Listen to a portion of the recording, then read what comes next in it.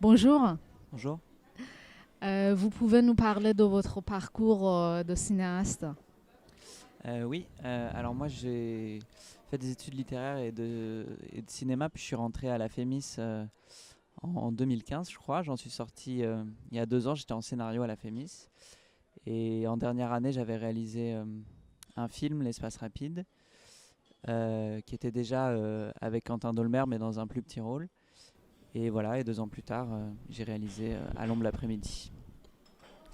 Et le festival de Clermont-Ferrand? C'est la première fois en tant qu'invité et en tant que spectateur. Et vous pouvez nous parler de genèse de ce film? Oui. Du coup, ça part un peu du film précédent qui se déroulait intégralement dans le parc des Buttes-Chaumont et qui en fait était un film en 3 parties. Et chaque partie en fait commençait par une carte du parc avec une petite croix rouge sur l'endroit où se passait la scène qui allait suivre. Et en fait, ça, c'est une idée que j'ai eue assez tardivement au montage du film. Et en fait, je me suis rendu compte, une fois que le film a commencé à être montré, que c'était quelque chose euh, auquel je m'accrochais beaucoup. Et donc j'ai voulu continuer dans une veine voilà, un peu géographique, disons. Et j'ai pensé voilà, à retracer avec le plus de fidélité possible le parcours d'un jeune cinéphile parisien sur le temps d'une journée. Voilà, avec l'idée de...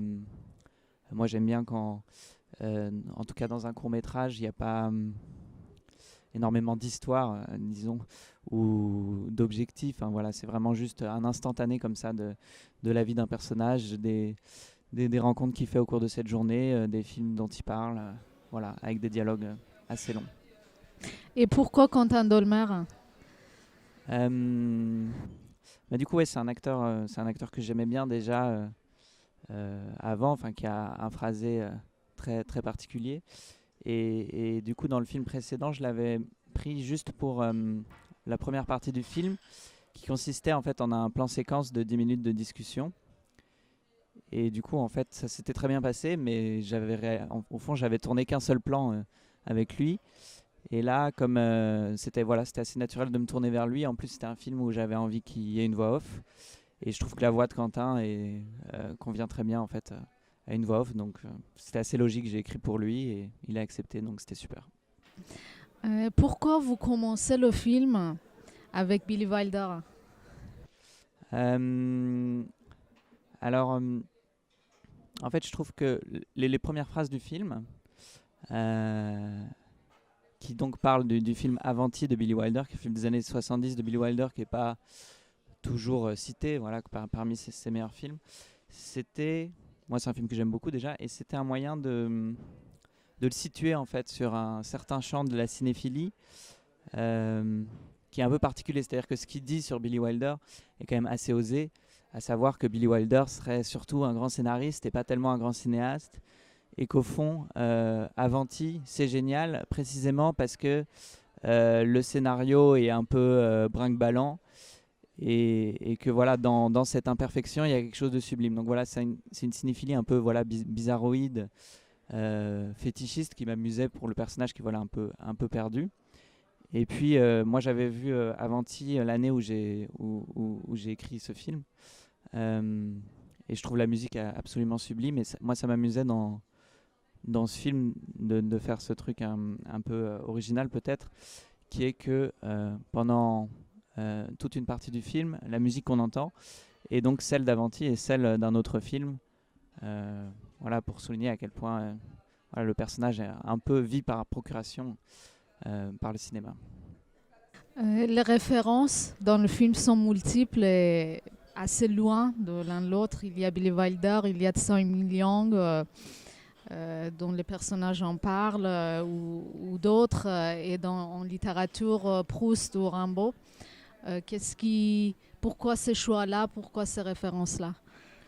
Alors par rapport au film que vont voir les personnages, en fait par rapport à cette idée de précision et de fidélité dont je parlais tout à l'heure, euh, j'avais écrit le scénario jusqu'à un certain point, c'est-à-dire que je n'avais pas écrit les dialogues concernant les films qu'allaient voir les personnages et je me suis adapté au programme en fait au moment du tournage. Donc ça c'est des dialogues que j'ai écrits vraiment au dernier moment. Et donc c'est des films qui passaient vraiment au moment du tournage, voilà, dans l'idée qu'ils existaient.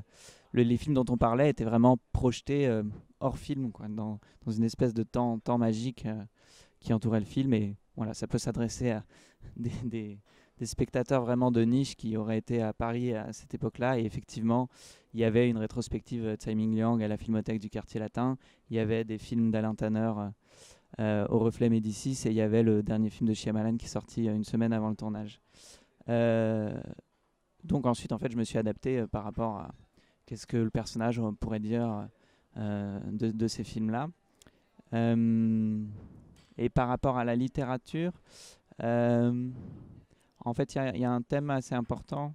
Enfin, c'était surtout autour d'un livre qui est À l'ombre des jeunes filles en fleurs de Proust, où que le personnage, donc, quand il va dans le bar en attendant son ami, il observe voilà, quelqu'un qui est au comptoir et qui est en train de lire À l'ombre des jeunes filles en fleurs. Et ça lui fait se souvenir que le personnage a à peu près 27 ans, et que quand il avait 20 ans, il avait lu Du côté de chez Swann, il avait trouvé ça génial, et il s'était fait un peu une sorte de promesse envers lui-même de lire un tome de La recherche du temps perdu par an. Et il se rend compte voilà, que maintenant il a 27 ans et qu'il n'a toujours pas entamé le tome 2. Donc c'est un peu triste. Et ouais, en fait, c'est comme le personnage, j'avais envie de le rendre un peu triste, disons, un peu enfermé dans le cinéma. La littérature, c'était un peu une forme euh, voilà, d'entrée vers les regrets, parce que enfin, moi, c'est quelque chose qui m'habite un peu, l'impression de jamais avoir lu suffisamment de livres, en fait. Quand on n'est pas un gros lecteur, enfin qu'on lit assez lentement, qu'on lit, je sais pas, 20 livres par an, on pense à tous les chefs-d'œuvre officiels qui existent, et on se dit mais je vais mourir sans les avoir lus, en fait. Voilà, ça m'amusait de rentrer là-dedans. Il y a un film dans le film intéressant quand il est dans le café. Il s'intéresse à l'histoire des deux filles que finalement on ne comprend pas vraiment qu'est-ce qui s'est passé et ça coupe. Pourquoi ça Euh, Bah ouais, encore une fois, je trouvais ça drôle pour raconter que le personnage vit un peu par et pour le cinéma, que voilà, quand il est tout seul au bar et qu'il écoute la conversation de ses voisines, bah d'un coup, lui, il s'imagine un film. Donc voilà, on change de format, on est au 4 tiers et la voix de sa voisine devient une voix off. Et, et ouais, après, ensuite, ça m'amusait. Enfin, comme on est dans le point de vue de Quentin pendant tout le film, et comme son ami Adrien arrive au moment où l'histoire va s'achever en faisant plein de bruit, quand tu n'arrives pas à entendre la fin de l'histoire, bah, nous non plus du coup, et c'est vrai que ça m'amusait beaucoup de frustrer le spectateur là-dessus. Enfin, moi, j'aimais bien en fait quelque part la gratuité en fait de ce procédé. L'histoire n'a aucune espèce d'importance par rapport à celle de Quentin. Voilà, c'est ça, c'est un peu le. Moi, j'aime beaucoup les films dans le film d'une manière générale. Je trouve que c'est très joyeux comme procédé. Et donc là, effectivement, de frustrer comme ça, c'est vrai que c'était amusant. Les lieux sont très importants dans le film, notamment le Odéon, le quartier Odéon Cinéma et le Reflet Médicis et tous les ciné-clubs. Qu'est-ce que ça représente pour vous, ce milieu? Euh, Bah, personnellement, c'est effectivement là où j'ai construit une très grande partie de ma cinéphilie, parce que je vois assez peu de films chez moi, donc je m'adapte au programme des cinémas pour découvrir des films. Donc ça va, vu que je vais au cinéma depuis assez longtemps maintenant et que les rétrospectives changent toutes les 2 semaines, j'ai un panorama un peu général du cinéma. Et ouais, je sais pas, c'est des lieux auxquels je suis attaché, où je trouve que ça peut vite devenir une deuxième maison, où on voit les mêmes visages. Là, il croise au début une dame, ça l'emmerde de la croiser parce qu'il sait qu'elle va faire du bruit et parler toute seule dans sa barbe, parce qu'il peut y avoir un peu des spectateurs un peu lunatiques dans ces salles-là. Et ouais, encore une fois, sur la précision géographique, euh, quand on va voir un film là-bas, souvent, si on y va avec quelqu'un, on va au bar d'en face, donc il fallait pouvoir tourner dans le bar d'en face. Et pour le trajet, ce qui est un trajet que j'ai souvent fait moi-même aussi en étant en retard au cinéma, effectivement, ça m'intéressait de montrer voilà, le vrai trajet dans un film. Moi, j'aime bien, dans les films qui se passent à Paris, reconnaître un peu la géographie, faire attention s'il y a une logique des trajets comme ça. Et donc, cette petite entrée voilà, documentaire dans le film qui est voilà, de reparcourir un trajet. On est presque sur Google Street View dans la précision, quoi. Ouais, ça m'intéressait beaucoup. Il y a une référence à Cléo de 5 à 7 qui est plus réfléchie, j'ai l'impression, dans l'histoire. Comment Oui, vous ça avez c'était pensé écrit ça? déjà. Non, bah en fait moi-même, quand je vais au parc Montsouris, qui est un parc que j'aime beaucoup, bah, ça me fait un peu penser à Cléo de 5 à 7. Et oui, elle est plus réfléchie. Et d'ailleurs, on est allé en fait jusqu'à reproduire des plans de Varda, c'est-à-dire qu'on a cherché les emplacements de caméras de la scène de la cascade euh, du film de Varda, ce qui était vraiment hyper enthousiasmant à faire. Enfin, on s'est bien amusé à rechercher. On s'est rendu compte d'ailleurs que la végétation avait beaucoup bougé, qu'en fait c'était impossible de reproduire exactement euh, les plans de Varda parce que c'était beaucoup plus dégarni à l'époque. Euh, mais oui, oui, bah c'est un peu la dernière étape de cinéma du film. Euh, la dernière étape, ouais, Quentin voilà, doit passer par cette dernière étape de cinéma avant de pouvoir ne plus en parler et de juste discuter avec cette fille de sujets un peu plus profonds, ce qu'on voit dans la discussion qui suit. Et donc voilà, il se retrouve devant la cascade de Cléo de 5 à 7 et malheureusement le constat qu'il fait est un peu triste, c'est que la cascade avait un peu plus de gueule dans le film finalement. Et peut-être ça dit quelque chose sur la solitude de personnage de Quentin. Bah, ça dit quelque chose en tout cas ouais, sur le fait que il va dans le mur en fait en ne vivant que par le cinéma. Finalement, ce qui est important, c'est pas tellement d'aller sur le lieu de tournage de Cléo de 5 à 7, mais avec qui il fait cette promenade. Est-ce que le film dit quelque chose sur votre génération et votre rapport avec la cinéphilie? Euh, sur la génération, moi je parle de choses que je connais, donc j'essaye pas de parler, disons, à une grande génération comme ça, mais c'est vrai que voilà, les personnages ont tous à peu près 27 ans, et j'ai l'impression que c'est une époque de la vie où on commence voilà, à avoir ses premiers regrets, où voilà, notre avenir il est soit complètement tracé, soit complètement obscur, il n'y a pas vraiment d'entre-deux en fait à cet âge-là, et où surtout ce qui m'intéressait dans le film, on commence à avoir des gens qu'on connaissait bien, qu'on ne voit plus. Ça c'est un thème qui revient à plusieurs moments dans le film, voilà, des amitiés perdues de vue. Et voilà, j'avais envie de parler de ça. C'est aussi mon âge par ailleurs. Euh, Après, sur les rêves cinéphiles, je sais pas si c'est tellement des rêves cinéphiles parce que c'est vrai que le personnage, sa cinéphilie est vraiment une forme de dilettantisme. Savoir qu'il ne fait que ça, c'est-à-dire son programme, c'est aller au cinéma 2 fois dans l'après-midi et retrouver un copain pour boire une bière et puis il va refaire la même chose le lendemain sans doute.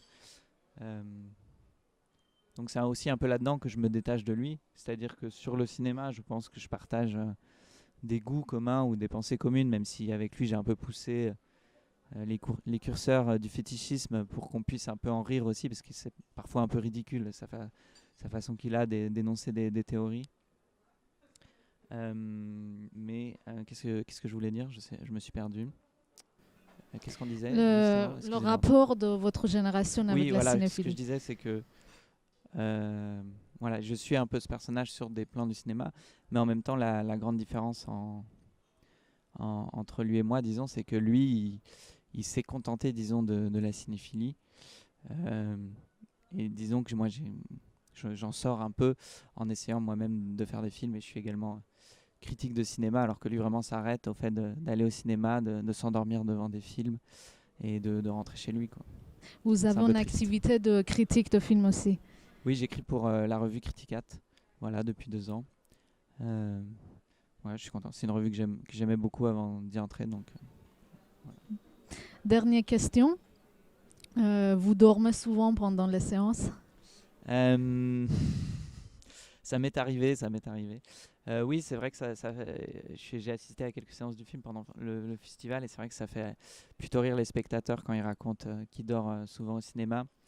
Non, mais je pense un peu ce qu'il dit, à savoir que au cinéma, on peut s'endormir que devant des bons films en fait, parce que quand un film est mauvais, on est énervé, on ne s'y sent pas bien, et que c'est pas nécessairement une mauvaise chose. Après, forcément, il y a des films quand je m'endors. Parce que je vais le voir après le déjeuner et que j'ai pas beaucoup dormi la veille, je regrette. Mais c'est vrai que par exemple, il cite Apichatpong Weerasethakul comme cinéaste devant lequel il s'endort souvent. Weerasethakul lui-même a dit qu'il considérait que ces films étaient une sorte de thérapie pour le sommeil. C'est-à-dire qu'il l'a dit lui-même que ça ne le dérangeait pas de s'endormir devant ces films. Moi, c'est un réalisateur que j'adore, hein, par ailleurs. Et j'ai effectivement dormi devant la plupart de ces films, mais je les revois. Donc, c'est pas grave. Enfin, c'est comme il y avait une phrase de Roland Barthes sur Proust qui m'amuse pas mal, qui est le plaisir de relire Proust, c'est que on saute pas les mêmes passages qu'à la première lecture. Et Weerasethakul, c'est un peu ça avec le sommeil. Le plaisir de revoir Weerasethakul, c'est qu'on s'endort pas au même passage. Voilà. Merci beaucoup. Merci à vous.